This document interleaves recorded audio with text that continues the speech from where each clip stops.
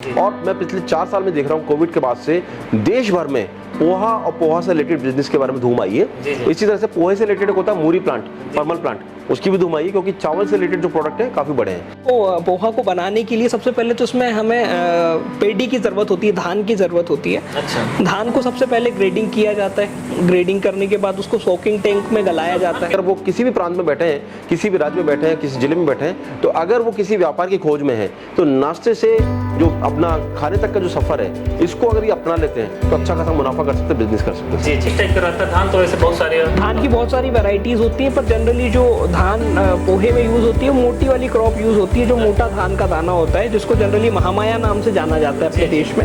महामाया जो धान होती है वो पोहे के लिए ही स्पेशली होती है। जी, मैंने अभी रिसेंटली सर 3 महीने पहले यहाँ से आटा मिल का पूरा सेटअप यहाँ से परचेज किया है मैंने। वो फ्लोर मिल है पूरा, जो 4 चक्कियों का पूरा प्लांट होता है, वो भी हमने अभी स्टेब्लिश किया है और उसमें भी हम वर्किंग में आ गए। अच्छा। और कैसे हैं आप दोस्तों? उम्मीद करता हूँ आप सब बहुत अच्छे होंगे। जी हाँ दोस्तों, मैं नंदलाल गुप्ता।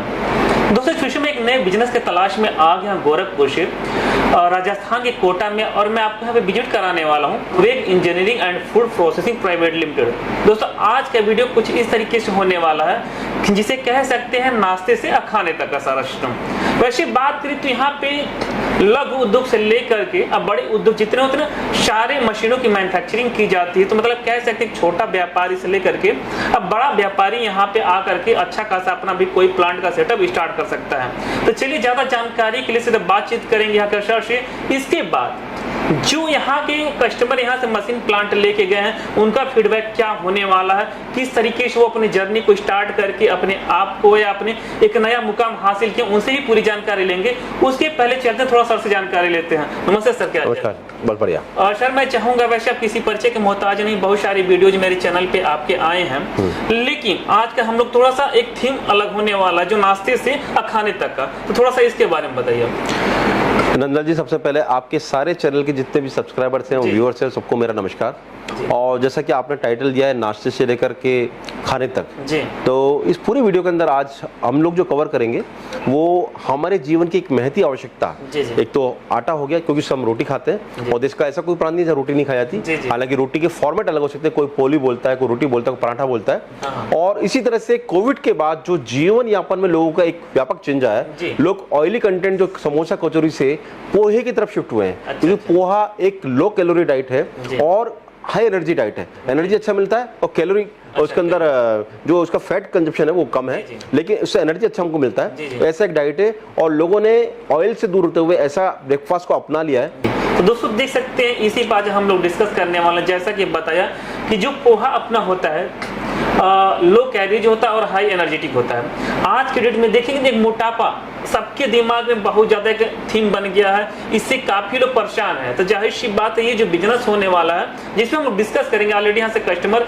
विजिट कर चुके हैं, तो अपने आप में समझ कर एक रनिंग वीडियो हो सकता है। रनिंग जिसका आप लोग बड़ा बेसब्री से इंतजार रखें, क्योंकि वो आपके लिए एक मोटिवेशनल होने वाले हैं कि अगर वो इस तरीके से काम कर सकते हैं तो आप क्यों नहीं कर सकते हैं। तो सीधे उनकी जर्नी के बारे में पूरा डिस्कस करेंगे। मैं चाहूंगा सर थोड़ा सा आपसे इजाजत के सीधे कस्टमर जुड़ेंगे, बिल्कुल बातचीत करेंगे। नमस्ते सर, क्या हाल चाल है? सर नमस्कार। और सबसे पहले तो मैं चाहूंगा थोड़ा सा अपने बारे में अपना परिचय दीजिए। सर मैं अरुण मित्तल हूँ, बचौर डिस्ट्रिक्ट राजगढ़ मध्य प्रदेश से हूँ और वहाँ पर मैं एक विद्यालय संचालित करता हूँ, साथ ही साथ मेरी एक पोहा और आटे की एक मिल है, उसका भी मैं संचालन कर रहा हूँ। तो सर मैं ये जानना चाहूंगा जो प्रोवेग इंजीनियरिंग है आपका यहाँ पे सबसे पहले जुड़ाव किस तरीके से हुआ, क्योंकि सबके माइंड में आएगा कि आप पहले यहाँ से कैसे मिले या कोई माध्यम था या ऑनलाइन देखे, कैसे थोड़ा सा? सर 2020 में कोविड का समय था और मैं बिजनेस की तलाश में था कि कुछ एक व्यापार अपने लिए शुरू करना चाहता था। माइंडसेट था कि मुझे एक व्यापार शुरू करना है। फिर मैंने पोहा सर्च किया, मुझे लगा कि पोहा इंडस्ट्री में मुझे जाना चाहिए।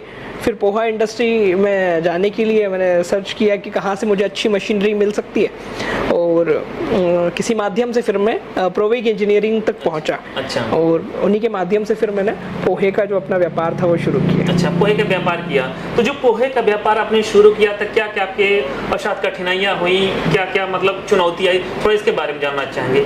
सबसे पहले तो सर जैसे अगर चुनौती की बात करें तो क्योंकि कोविड के समय में शुरू किया था तो कोविड अपने आप में एक बहुत बड़ी चुनौती था। वो तो था ही। और उस समय में व्यापार को शुरू करना थोड़ा सा चुनौतीपूर्ण था, और क्योंकि प्रीवियस कोई एक्सपीरियंस था नहीं इस बिजनेस को लेकर के, पोहा इंडस्ट्री से कोई पुराना कोई कनेक्शन नहीं था, तो उसी समय मैं खुद से सीखा और उस व्यापार को धीरे धीरे शुरू किया। तो चुनौतीपूर्ण था, पर प्रोविग इंजीनियरिंग की मदद से हम उस पर सफलता हासिल कर पाए। अच्छा, इसके अलावा आपने यहाँ से कोई और भी मशीन परचेजिंग किया क्या? जी, मैंने अभी रिसेंटली सर 3 महीने पहले यहाँ से आटा मिल का पूरा सेटअप यहाँ से परचेज किया है मैंने। वो फ्लोर मिल है पूरा, जो 4 चक्कियों का पूरा प्लांट होता है, वो भी हमने अभी स्टेब्लिश किया है और उसमें भी हम वर्किंग में आ गए। अच्छा सर, ये जानना चाहेंगे, जैसे हमारे कोई भाई बहुत सारे ऐसे रहेंगे कि जब आपने पोहे का बिजनेस स्टार्ट किया तो आपने कितना इन्वेस्ट किया या लोन कुछ लिया या कैसे, मतलब थोड़ा जानना चाहेंगे लोग।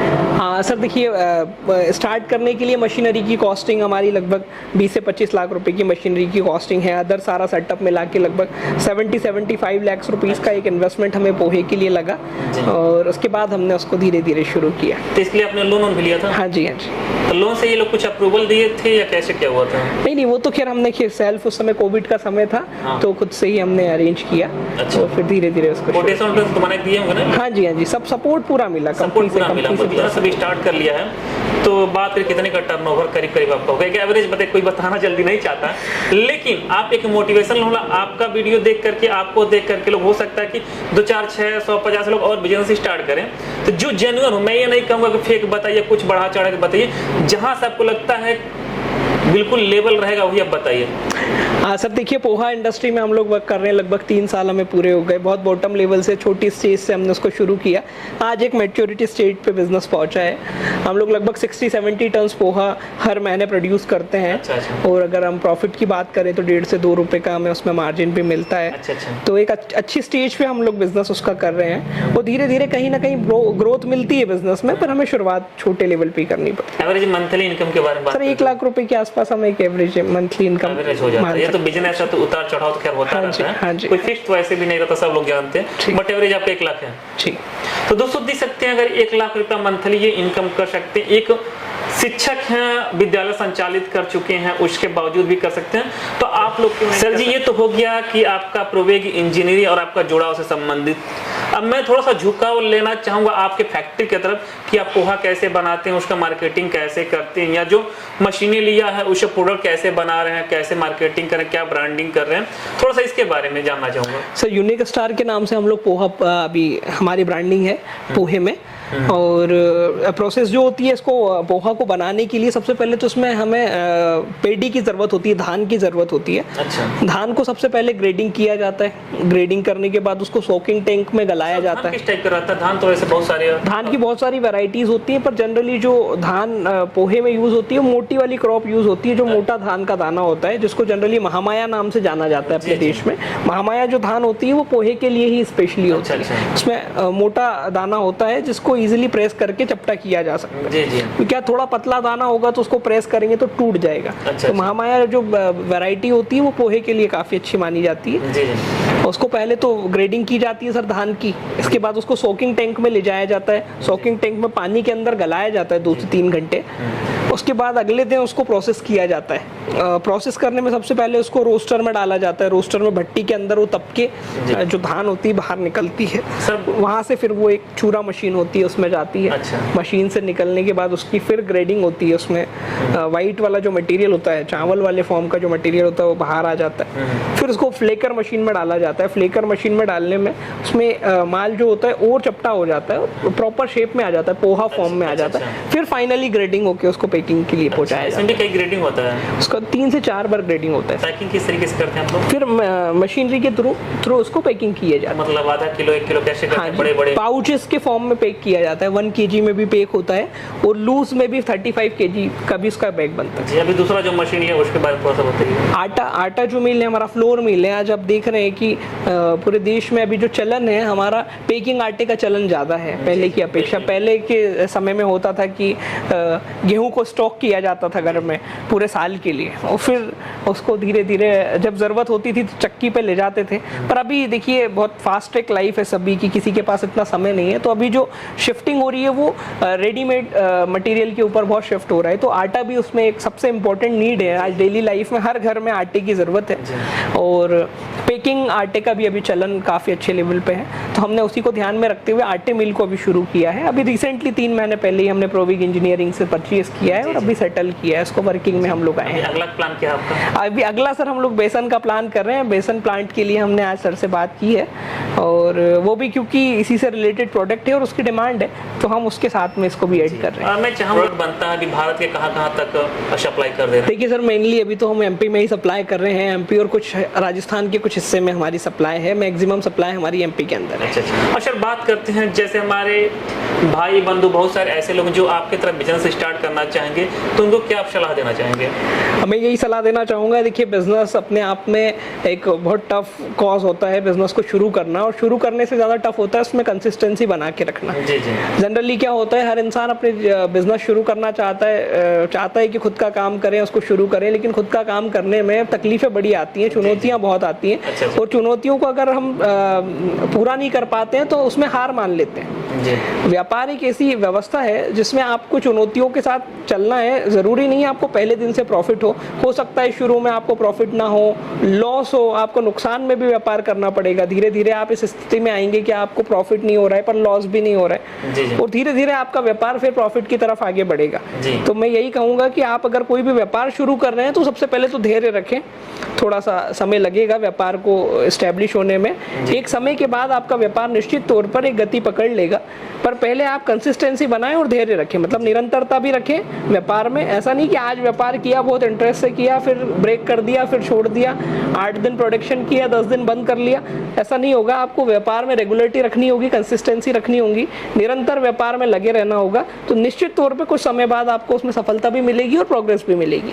तो दोस्तों देख सकते हैं, सर से बात करने के बाद सीधा सीधा ये निचोड़ निकल के आया कि जो व्यापार का ग्राफ है इस तरीके से ऊपर भी जाएगा और नीचे भी आएगा, यानी प्लस माइनस दोनों देखने को मिलेगा। एक नौकरी नहीं है कि आपको एक रेगुलर सैलरी मिलती रहेगी, नहीं, इसमें थोड़ा सा आपको टाइम लग सकता है, लेकिन हाँ ये हो सकता है कि एक बार आप व्यापार सेटअप कर लेंगे तो आपका जो आने वाला पीढ़ी है ना उसका भी बेस आप बना देंगे।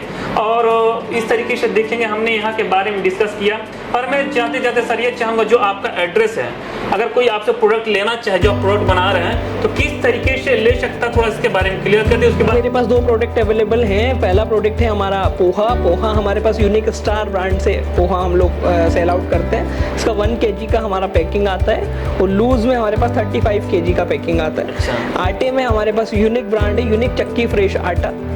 आटे में भी हमारे पास 5 kg, 10 kg, 25 kg, 50 kg सभी तरह के बैग्स अवेलेबल हैं।